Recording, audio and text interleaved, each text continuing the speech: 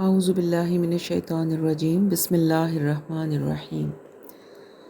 رب اشرح لی صدری ویسر لی امری واحلل عقدۃ من لسانی یفقہوا قولی۔ جی آج ہم لیسن اپنا سٹارٹ کرتے ہیں۔ آج ہم نے سورۃ مائدہ کی آیت نمبر 13 سے پڑھنا ہے۔ تو پہلے آپ اس کو لفظی ترجمہ لکھیں، اس کی ٹرانسلیشن لکھیں، اس کے بعد اس کو ہم تھوڑا سا سمجھ لیں گے آیتوں کو۔ تو اب سٹارٹ کریں لکھنا۔ فبیما، ف تو یا پھر، بیما بسبب اس کے جو۔ میں نے آپ کو بیما کے مطلب بتائے تھے، بسبب اس کے جو، یا اس وجہ سے جو، یا صرف بھی آپ کر سکتے ہیں۔ تو ان میں سے جو بھی میننگ فٹ آئے گا وہ ہم لگا لیں گے۔ فبیما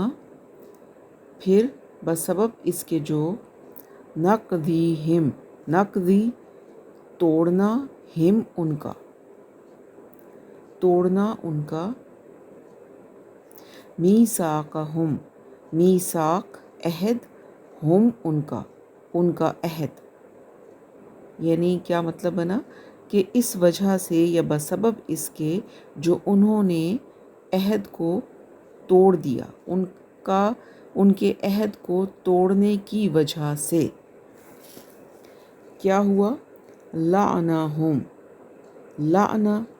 لعنت کی، اور نون کے اوپر کھڑی زبر ہے، ہم نے، ہم ان پر، لعنت کی ہم نے ان پر، اور جعلنا جعل کر دیا یا بنا دیا، نون زبر الف نا ہم نے، قلوبہم قلوب دل، جمع ہے قلب کی، ہم ان کے دلوں کو،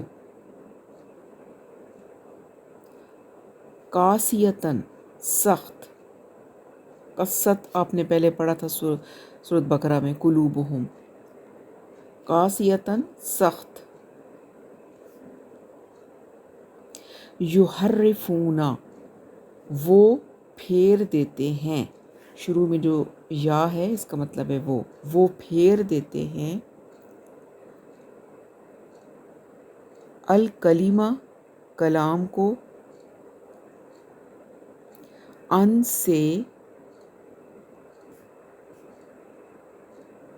مواضعہ مواضعی جگہ سے یا موقع سے، ہی اس کے، یعنی اس کلام کو اس کی اصل جگہ سے بدل دیتے ہیں، پھیر دیتے ہیں، اور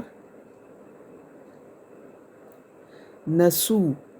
بھول گئے، نسیان کا مطلب ہوتا ہے نا بھولنا، نسو بھول گئے، حظاً ایک حصہ، ایک کہاں سے آیا؟ یہ میں نے آپ کو پہلے بھی بتایا تھا، جب تنوین آتی ہے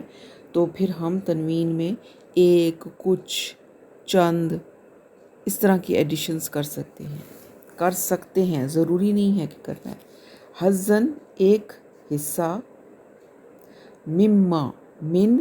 سے، ما جو اس سے جو، ذکروا نصیحت کی گئی، ذکروا نصیحت کی گئی،